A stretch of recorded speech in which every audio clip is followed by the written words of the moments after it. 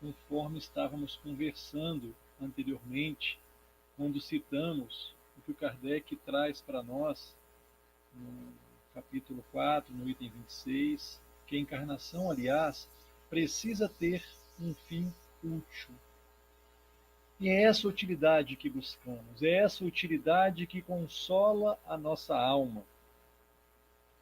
E conseguir perceber e saber em cada instante qual que é a nossa utilidade para aproveitarmos bem esta atual reencarnação que estamos tendo a oportunidade de aqui, né, está manifestado no nosso corpo, através das experiências aqui. Quando eu falo manifestado através desse corpo, é o nosso espírito, que tem esses corpos de manifestação.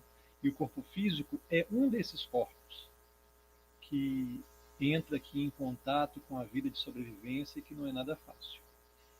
Na questão 132, que já havíamos citado anteriormente, onde nós falamos das vicissitudes que passamos, né, nessas mudanças que a vida nos convida, na resposta é dito também, visa ainda outro fim a encarnação. Nós reencarnamos não só para passarmos pelas vicissitudes que precisamos para o nosso engrandecimento e melhoria individual, mas o outro fim de uma reencarnação ou da encarnação é o de pôr o espírito em condições de suportar a parte que lhe toca na obra da criação.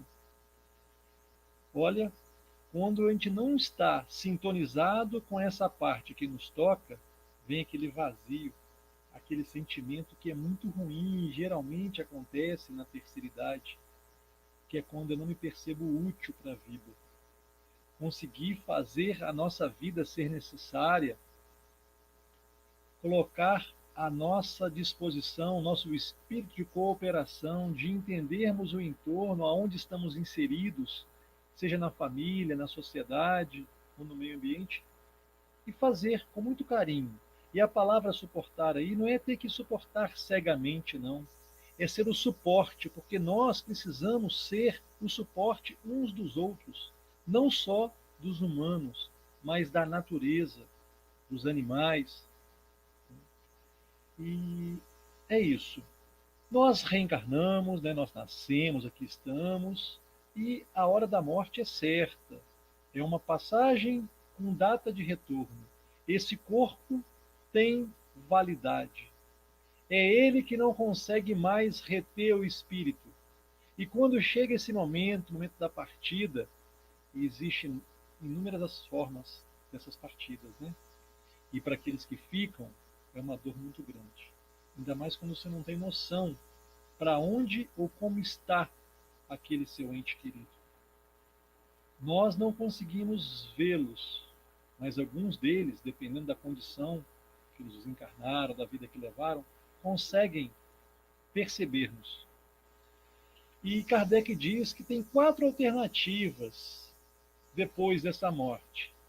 Ele nos leva a refletir. Olha, a primeira seria o que fala o materialismo, o nada. Olha, você viveu, não adianta nada de bom que você fizer.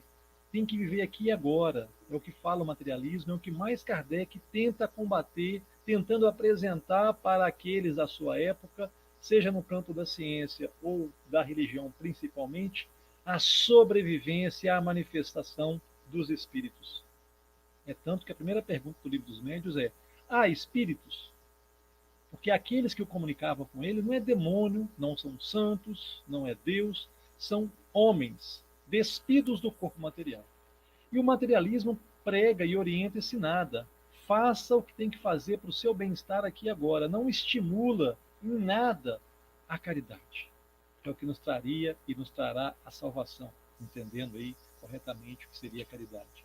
A outra opção que existia à época, ainda existe para muitos, seria a absorção no todo, o panteísmo. É como se fosse uma gota d'água, nós aqui individualizados, a gota d'água sai daquele oceano, está aqui manifestando, tendo utilidade, fazendo o que tem que fazer, mas depois da morte ela volta para esse todo e perde a sua individualidade.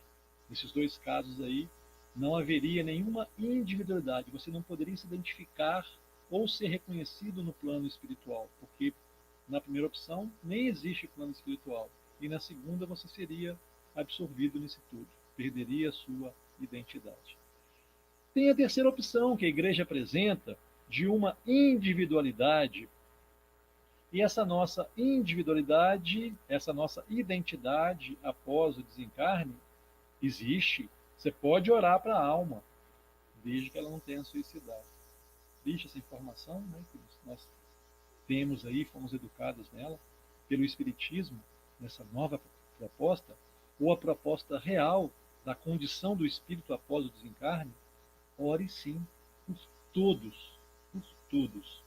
Porém, essa terceira alternativa que a igreja apresenta, essa individualidade estaria com a sua fixação definitiva. O que seria isso? Está no céu ou está no inferno? Se está no inferno, você não pode fazer nada para dali sair. Você depende da oração e da intercessão de outros, mas você por si só não pode mais fazer nada. E se está no céu, você pode orar, de repente, por um filho, por um ser amado que está no inferno. Olha que tristeza. Nós não podemos colocar em prática a nossa vontade, colocar em prática, agir para socorrer, ajudar alguém que a gente ama. E isso nas definições que daqui quem ficava dizia, fulano está no céu, fulano está no inferno, mas daí não tem garantia nenhuma. Eram as hipóteses que eram levantadas. Então, essa individualidade permanece.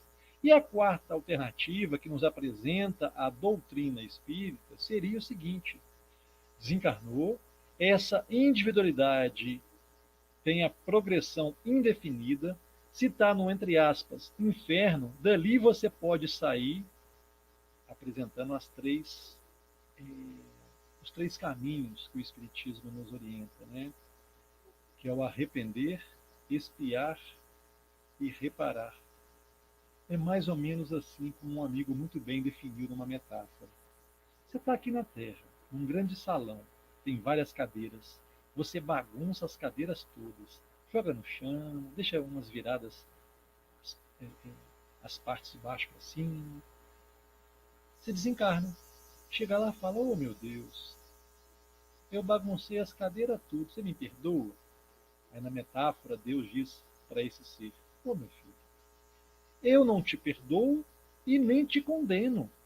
Volta lá e coloca as cadeiras no lugar. É mais ou menos isso. Essa individualidade pode se refazer. É o que acontece geralmente quando estamos inseridos numa família. Às vezes temos alguma pessoa, um membro daquela família que a gente tem uma dificuldade maior, ou no trabalho, ou na nossa vizinhança. Nossas almas estão mais ligadas umas às outras do que a gente pode imaginar. Então é essa progressão indefinida que nos traz o Espiritismo aí. Dando sequência aqui, e buscando em outras fontes o que Kardec coloca para a gente aí no Evangelho segundo o Espiritismo, no capítulo 4, é uma pergunta que Leon Denis, que foi um personagem importante, principalmente pós-partida de Kardec, nessa obra que ele escreveu, com o título Síntese e Prática do Espiritismo, ele diz o seguinte para a gente: o estudo da doutrina espírita deveria partir desta pergunta. É ter essa pergunta como ponto de partida. Que somos nós? É ficar bem definido em nossa mente que somos nós. A partir daí, a gente estuda as outras informações que o Espiritismo nos traz. E tentando ilustrar aqui a resposta para essa pergunta, tem essa frase, ou melhor, essa palavra tão falada hoje em dia, pelo menos naqueles meios espiritualistas, aqueles que tiveram acesso aos livros, às orientações do Oriente, que é o Namastê. O Deus que habita em mim saúda o Deus que habita em você. Eu, Espírito, saúdo o Espírito que é você. A sua forma, a sua personalidade, esse corpo que pode estar transviado no momento das informações de amor e manifesta toda uma maldade, que às vezes essa maldade pode afetar a mim, eu não estou reconhecendo essa.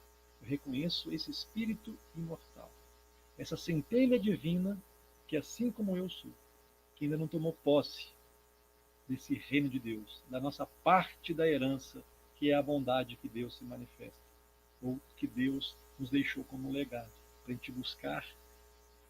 Buscar não, ela já está dentro de nós, só não conseguimos ainda manifestá-la, só não tomamos posse ainda dessa nossa parte da herança. Então essa personalidade vai falecer um dia. Esse corpo, eu não estou saudando no Namastê esse corpo, estou saudando, né, reverenciando essa individualidade, a palavra forma e fundo. Kardec chega a utilizá-las no Evangelho, no Livro dos Espíritos. Este espírito, esse fundo, é uma forma que molda a forma. Nós manifestamos no nosso corpo muito do que há no nosso psiquismo espiritual, se assim podemos dizer. E aqui é mais dois conceitos que o Espiritismo também trabalha, mas que já foi dito muito antes de vir Jesus à Terra e muito antes de chegar aqui o Espiritismo, que é a palavra impermanência e permanência. Impermanência é aquilo que não permanece. O que os seus olhos, o que os meus olhos conseguem enxergar, está morto ou vai morrer. Uma cadeira, uma mesa feita de madeira, é uma árvore morta. Este corpo que você ora vê através da sua telinha aí, ele vai morrer um dia. Ele não é permanente, ele é impermanente.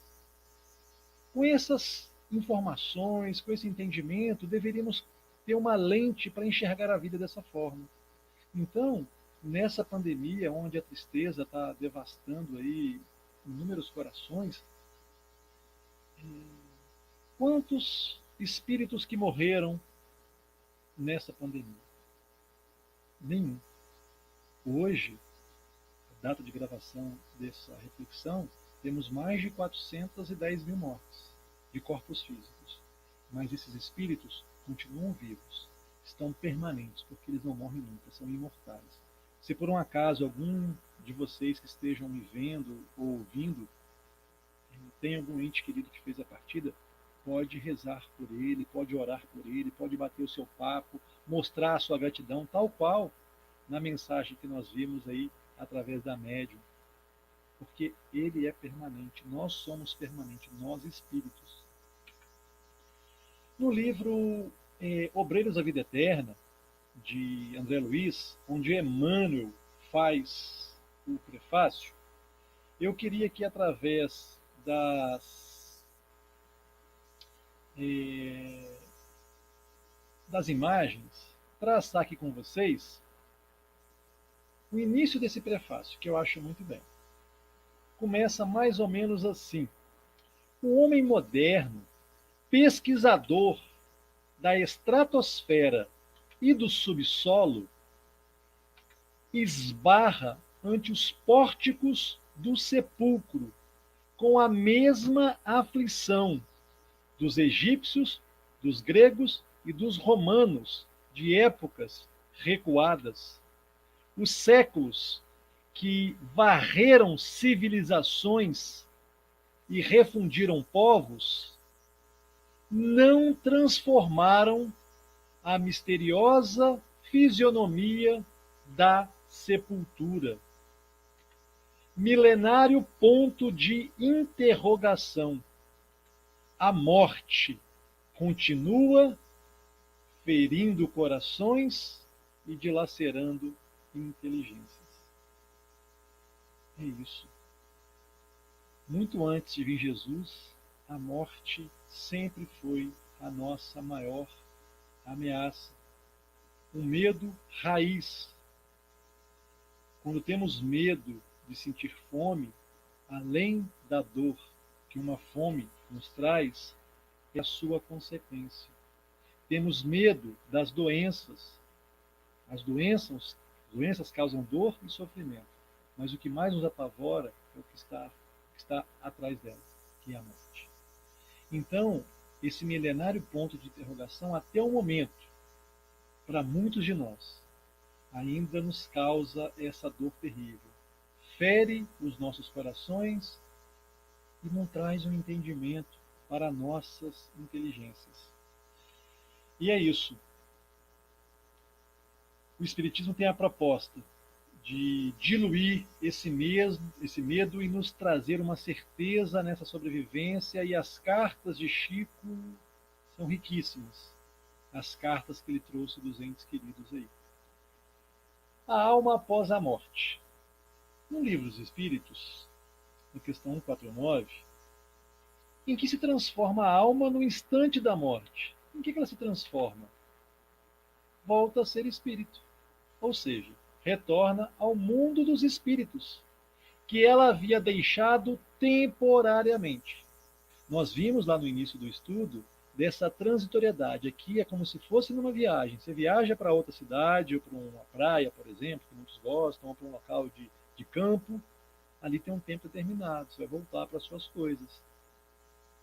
Trabalho, estudo, é temporário. Então, a alma, o espírito, após o seu desenlace do corpo, volta a ser espírito. Volta para este mundo. E aqui, continuando o prefácio do Emmanuel, ele diz o seguinte: como acontece aos que chegam à crosta da terra, o que acontece com a gente quando a gente nasce? Encontramos o quê? Maternidades, não é isso? Com o passar do tempo, depois, né, do nosso lar, somos trazidos à maternidade para a nossa casa, vai avançando a idade, temos as escolas, as universidades, o trabalho, e Emmanuel brilhantemente vem nos trazer essa informação. Como acontece aos que chegam aqui na Terra, os que saem dela encontram igualmente sociedades e instituições, templos e lares, onde o progresso continua. Esses nossos entes queridos, antes de reencarnarem, depois que fazem a passagem da morte do corpo físico, é o que Kardec chama de erraticidade, ficam nesses locais, onde o progresso continua, onde eles são e seremos nós também recebidos por amigos, por parentes que nós não lembramos nesse momento que lá estão. Há escolas, há hospitais, há universidades, há jardins, há campos, como nós vemos num filme, num livro, Nosso Lar. É importante que essas informações não fiquem apenas no campo teórico, mas que ela faça de nós pessoas mais seguras e mais firmes e mais entregues para a vida, saber que tem uma direção maior, um amor de Deus, mas que compete a nós aqui fazer da nossa vida útil, colaborar com a obra da criação, melhorando as questões sociais, as questões educacionais, as questões de saúde, fazer o que nos compete aqui e sabermos que se por um acaso chegou a nossa hora, Senhor, seja feita a tua vontade.